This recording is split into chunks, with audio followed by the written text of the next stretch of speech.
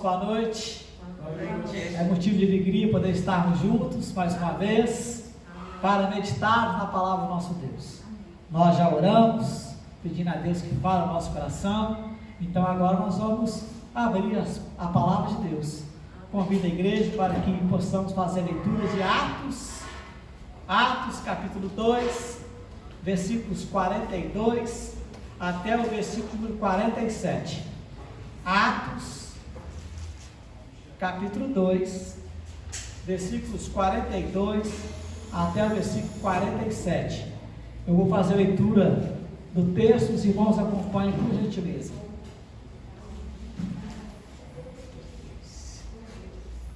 Diz assim a palavra do nosso Deus: E perseveravam na doutrina dos apóstolos, e na comunhão, no partir do pão e nas orações.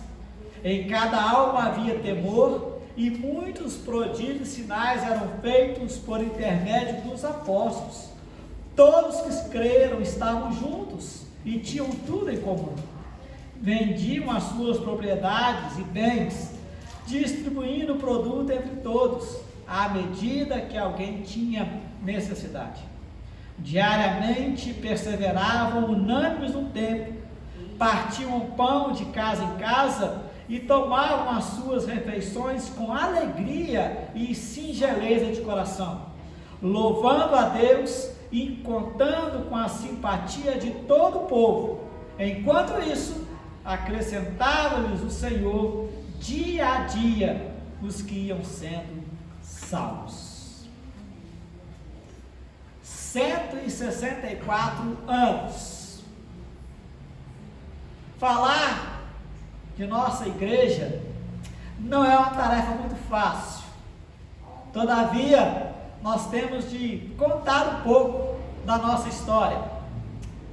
O reverendo Asbel Graham Simon foi o primeiro missionário presbiteriano. Ele foi um jovem idealista. Ele deixou os Estados Unidos e veio para o Brasil em 1859 para plantar aqui então a igreja presbiteriana. Ele chegou no Rio de Janeiro no dia 12 de agosto de 1859, aos 26 anos de idade.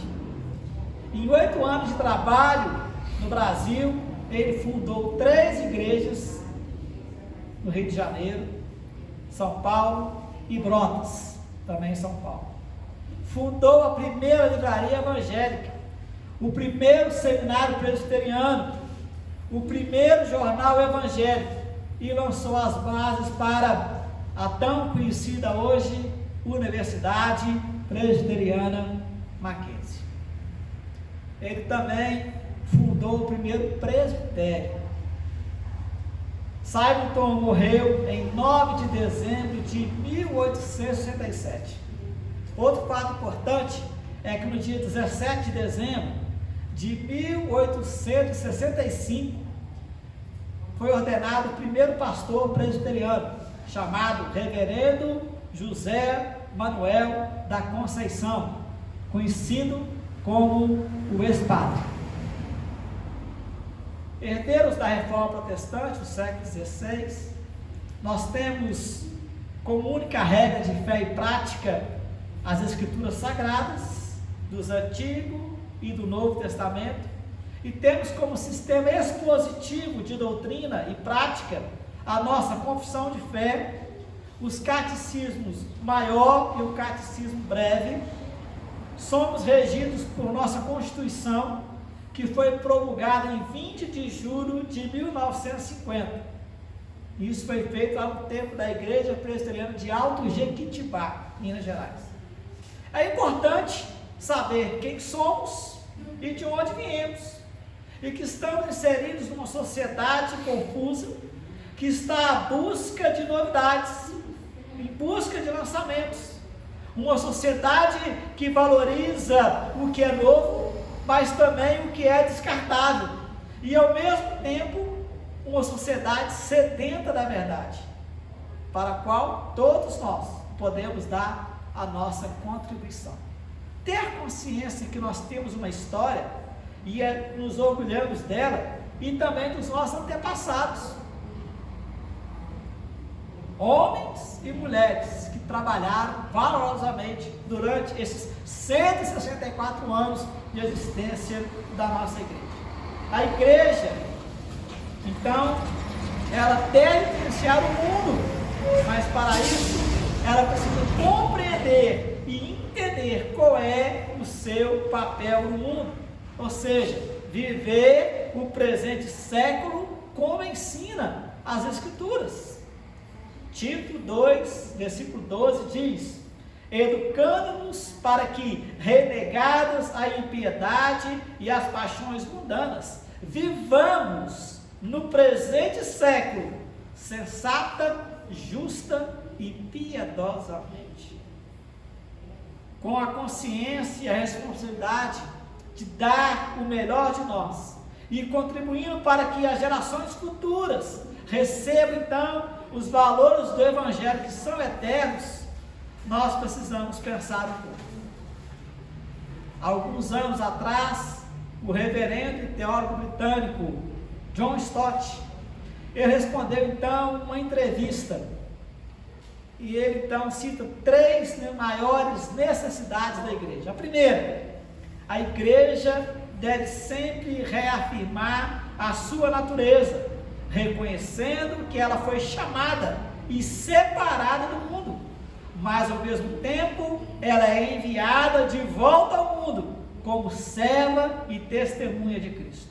Segunda, a igreja deve ser simplesmente o que ela professa ser, tanto na confissão como na prática. Ela deve ser autêntica para não perder a credibilidade. Terceira e última necessidade da igreja, segundo John Stott: a igreja deve ser fiel na proclamação do Evangelho de Cristo. Essa fidelidade, algumas vezes, poderá trazer sofrimento aos cristãos, mas a falta dessa fidelidade os levará a um sofrimento ainda maior. Quando nós estudamos, então, meus irmãos, no capítulo 2 aqui do livro de Atos, nós encontramos aqui a igreja primitiva, e podemos encontrar então o modelo perfeito de uma igreja que foi proposta na mente e no coração de Deus desde a eternidade. A igreja não está aqui para inventar novas formas de funcionamento, mas para manter-se fiel ao fundamento bíblico sobre o qual ela foi estabelecida. A igreja somos nós. A igreja é o ajuntamento de pessoas predestinadas para serem conformes à imagem e à semelhança do Filho de Deus, porque nós somos comprados pelo seu sangue, fomos santificados, purificados e libertos da escravidão e da mancha do pecado. Baseado então nesse texto de Atos 2, versículos 42 até o versículo 47, eu gostaria de meditar hoje no seguinte tema: uma igreja missionária. Uma igreja missionária. A igreja presbiteriana surgiu com o trabalho de um missionário que deixou os Estados Unidos para estar aqui implantando a igreja presbiteriana. E nós? O que nós podemos aprender nessa noite sobre uma igreja missionária? Primeira coisa, meus irmãos, quando nós olhamos para o texto que nós lemos, nós encontramos que uma igreja missionária, ela é perseverante na doutrina. Versículo 42: e perseveravam na doutrina dos apóstolos. A igreja não pode viver a modernidade que o presente século impõe. A igreja precisa ter compromisso com a verdade e proclamar com clareza e fidelidade o Evangelho de Cristo. A igreja não pode viver de doutrina de homens, agradando a homens, com sermões maquiados, sermões que agradam somente os ouvidos. É preciso pregar sobre o pecado e sobre a salvação pela graça. Atos aqui, capítulo 2, versículo 38, Pedro, em sua pregação, ele diz com todas as letras: arrependei-vos. Arrependimento tem que ser a mensagem principal da igreja. Eu vi uma postagem e um comentário no Instagram com o seguinte tema: a necessidade da igreja. E o rapaz diz assim: sempre que leio ou ouço o Dr. David Martin Lloyd Jones, que foi um teólogo protestante na linha calvinista, ele tinha origem galesa e ele foi influente na alta reformada do movimento evangélico do século XX, e por quase 30 anos ele foi o ministro da capela de Westminster. Na capela de Westminster foi feita a nossa confissão de fé. E ele diz: é como se um médico preciso estivesse abrindo o meu coração para expor e expurgar toda a corrupção que habita dentro de mim. Neste corte, então, Martin Lloyd Jones foi preciso quanto à necessidade da igreja hoje em dia. Chega de filosofia, chega de psicologia, chega de política, chega de confissão positiva, chega de misticismo, chega de curandeísmo, chega de sincretismo e de demais aberrações e de heresias. Os regenerados já não suportam mais. E eu apelo aos líderes e pastores: a igreja precisa voltar à mensagem da cruz. E aqueles que inventam então um novo evangelho para si, eles precisam também se arrepender. Meus irmãos, a igreja missionária, ela é perseverante na doutrina dos apóstolos. Doutrina é o mesmo que ensino. O Senhor Jesus deixou uma ordem para a sua igreja. Está registrado em Mateus, capítulo 28, versículos 18 até o versículo 20. Jesus, aproximando-se, falou-lhes, dizendo: toda autoridade me foi dada no céu e na terra. Ide, portanto, fazei discípulos de todas as nações, batizando-os em nome do Pai, e do Filho, e do Espírito Santo, ensinando-os a guardar todas as coisas que vos tenho ordenado, e eis que estou convosco todos os dias, até a consumação do século. É necessário, irmãos, voltar à prática do ensino da infalível palavra de Deus. A igreja tem que entender, meus irmãos, que não há obras humanas no ato da salvação. A salvação, ela vem unicamente pela graça. Nós somos salvos pela graça de Deus, mediante a fé em Cristo Jesus. O barateamento da graça hoje e a fé fácil nesse evangelho distorcido estão arruinando a pureza e a fidelidade das igrejas. Em nome de evangelizar, estão inventando métodos que contrariam totalmente os métodos de Deus. Muitos são arrolados como membros das igrejas, mas não fazem nenhum impacto na sociedade. As igrejas estão cheias de pessoas vazias. A doutrina dos apóstolos, meus irmãos, é a doutrina bíblica, é a doutrina da verdade.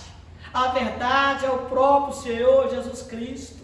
A igreja deve andar na luz da verdade. Uma igreja missionária, ela é perseverante na doutrina, ela é perseverante no ensino, quando o culto e a vida da igreja são voltados para a glória e louvor do Deus, e na pregação fiel das doutrinas bíblicas. Nós precisamos voltar urgentemente para estudar a palavra de Deus. O ensino da palavra de Deus precisa ser mais presente na vida da igreja. A igreja de Atos dos Apóstolos era uma igreja perseverante na doutrina. Eles ensinavam a palavra de Deus. Nós precisamos voltar a estudar a palavra de Deus. Segunda coisa, meus irmãos, essa igreja missionária não somente era perseverante na doutrina dos apóstolos, mas era também perseverante na comunhão. O reino de Deus se torna presente quando os crentes se unem para invocar a Deus, quando reconhecem a sua soberania sobre as suas vidas, quando quando reverenciam a Deus e fazem a vontade de Deus. Os crentes aqui estavam juntos, eles partilhavam a vida e partilhavam os bens, eles cuidavam uns dos outros. A igreja era um lugar de aceitação, mas era também um lugar de cura. Uma igreja missionária jamais poderá atrair as pessoas se não houver comunhão entre os seus membros. O amor é a evidência do verdadeiro discípulo de Jesus. O amor é uma poderosa ferramenta evangelística. Juntos, aqueles ali da igreja primitiva relembravam o amor de Deus, relembravam o sacrifício que Jesus fez na cruz, reafirmando a esperança da vida eterna. O mundo está sedento e busca em ver isso em nós hoje, meus irmãos. Comunhão no partir do pão e no beber do cálice, porque toda vez que nós comemos do pão e bebemos do cálice, nós anunciamos a morte e a ressurreição de Cristo até que Ele venha. Maranata, vem Senhor Jesus. Quando a igreja está sintonizada, ligada em comunhão pelas mesmas ideias, ela se torna também uma igreja generosa, sensível à necessidade de todos.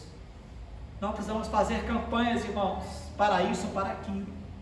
Basta apenas sermos perseverantes na comunhão e celebrarmos as coisas comuns da vida com grande alegria e com gratidão. Alegria por estar indo à casa do Senhor, alegria por encontrar seus irmãos amados aqui na igreja, alegria por prestarmos juntos culto com gratidão ao nosso Deus, que é um Deus único, digno de receber toda a honra, toda a glória e todo louvor. Por isso, irmãos, que o salmista, ele expressa no Salmo 133, como é bom e agradável viverem unidos os irmãos.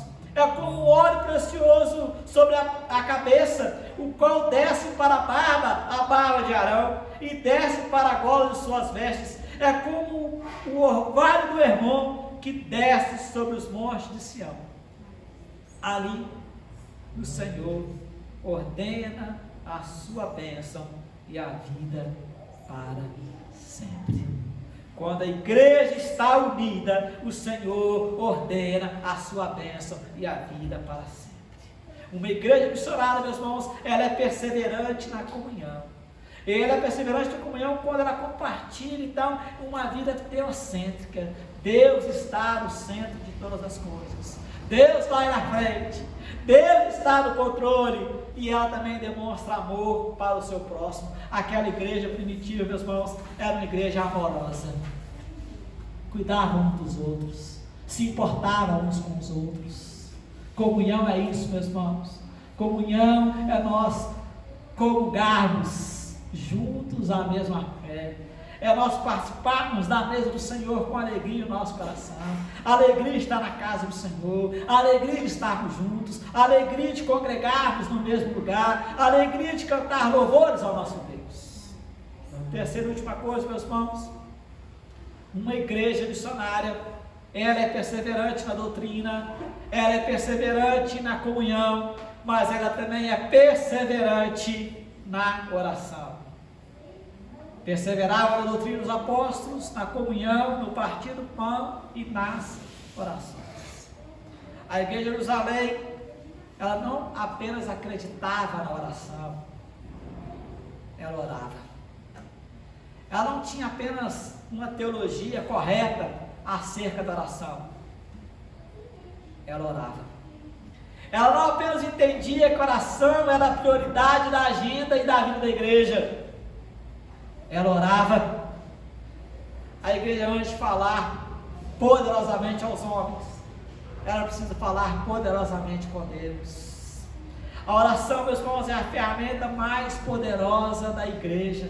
A oração é a ferramenta mais poderosa da nossa vida. Devemos orar para não pecar contra Deus. Devemos orar para vencer a tentação. Devemos orar para vencer a aflição. Devemos orar para o crescimento da obra de Deus. Devemos orar pelos enfermos. Devemos orar para a salvação daqueles que estão perdidos. A igreja precisa orar. Infelizmente, muitas igrejas não têm mais reunião de oração. Eu li também um artigo. Infelizmente eu não consegui descobrir o autor desse artigo, com o título Morte de Dona Reunião de Oração. Faleceu da igreja dos negligentes e frios na fé, Dona Reunião de Oração, que já estava enferma desde os primeiros séculos da era cristã. Ela foi proprietária de grandes avivamentos bíblicos e de grande poder e influência no passado. Os médicos constataram que sua doença foi motivada pela frieza de coração, constataram ainda dureza de coração e de joelhos, os quais não se dobravam mais. Ainda diagnosticaram fraqueza de ânimo e muita falta de tempo e de boa vontade. A dona reunião de oração foi medicada, mas erroneamente, pois lhe deram doses em grande quantidade de medicamentos errados, tais como a administração de empresa e organização exagerada para reavivá-la, mudando-lhe o regime, mas isso não adiantou de nada. Deram-lhe também xarope de reuniões sociais, o qual sufocou. Ainda medicaram injeções regulares de competições esportivas, o que provocou má circulação nas veias das amizades e artérias dos relacionamentos, provocando alguns males da carne, tais como rivalidades e ciúmes, principalmente entre os jovens. Administraram-lhe muitos tabletes de acampamentos e comprimidos de clubes de campos, durante os quais ela deveria ficar de repouso, sem participar dos mesmos. Deram-lhe também para tomar muitas cápsulas de gincana bíblica, mas apenas para lhe diminuir as dores da morte. Resultado? Morreu Dona Reunião de Oração. E a autópsia revelou falta de alimentação apropriada com o pão da vida, carência urgentíssima de líquido santo, a água viva, ausência quase total de limpeza e eliminação dos males que estavam em seu corpo, através de choro e lágrimas de arrependimento. Dona Reunião de Oração frequentava a igreja dos negligentes, situada na rua do Mudanismo, número 666. Após a morte da Dona Reunião de Oração, a liderança da igreja dos negligentes resolveu que os cultos de meio de semana não existirão mais. Resolveu também que aos domingos haverá culto somente pela manhã. Assim mesmo, quando não houver feriados prolongados no final de semana, pois seus membros darão prioridade às suas agendas pessoais. Ao final de contas, Dona Reunião de Oração já não existe mais para importuná-los. Que tristeza. Na igreja de Jerusalém havia perseverança na oração. Havia temor em cada alma. Muitos prodígios e sinais eram feitos por intermédio dos apóstolos. O culto era uma festa. Eles louvavam a Deus no templo diariamente. A vida de Deus transbordava no coração, na alma e na vida daquela igreja. Porque uma igreja missionária, ela é perseverante na oração, independente das situações da vida, a igreja tem que orar. Nós precisamos orar, meus irmãos. Uma igreja missionária, ela precisa ser uma igreja de oração. Uma igreja missionária, ela é perseverante na doutrina, ela é perseverante na comunhão, e ela é perseverante também na oração. O processo de construir uma igreja missionária continua até hoje. Na igreja primitiva, o Senhor é quem avivava o coração daqueles irmãos através do revestimento do Espírito Santo. Não basta, irmãos, sermos habitados pelo Espírito Santo de Deus. Nós precisamos ser cheios do Espírito Santo de Deus e sermos perseverantes. Simonton, ele foi um missionário perseverante e implantou então a IPB, que também é uma igreja missionária. Em 10 de setembro de 1940 foi organizada a JMN, Junta de Missões Nacionais. Em maio de 1946, a JMN, Junta de Missões Nacionais, já contava com 10 campos, 9 ministros, uma igreja, 2 congregações presbiteriais, 104 pontos de pregação, 678 membros comungantes, 639 não comungantes, 33 escolas dominicais com 1.529 alunos, 3 sociedades femininas com 135 mulheres, 4 uniões de mocidade com 79 jovens, 4 ligas juvenis com 92 crianças. Atualmente, a Junta de Missões Nacionais tem 183 campos missionários espalhados pelo Brasil, onde a palavra do Senhor está sendo pregada com fidelidade e perseverança pelos obreiros da Junta de Missões. Esse é o nosso desafio nessa noite, irmãos. Aprendemos a ser missionários. Nós somos uma igreja missionária. E uma igreja missionária, ela é perseverante na doutrina, perseverante no ensino. Uma igreja missionária, ela é perseverante na comunhão. E uma igreja missionária, ela é perseverante na oração. Que Deus ajude, que Deus abençoe, que todos nós possamos ter essas qualidades em nós. Vamos continuar perseverantes. Amém?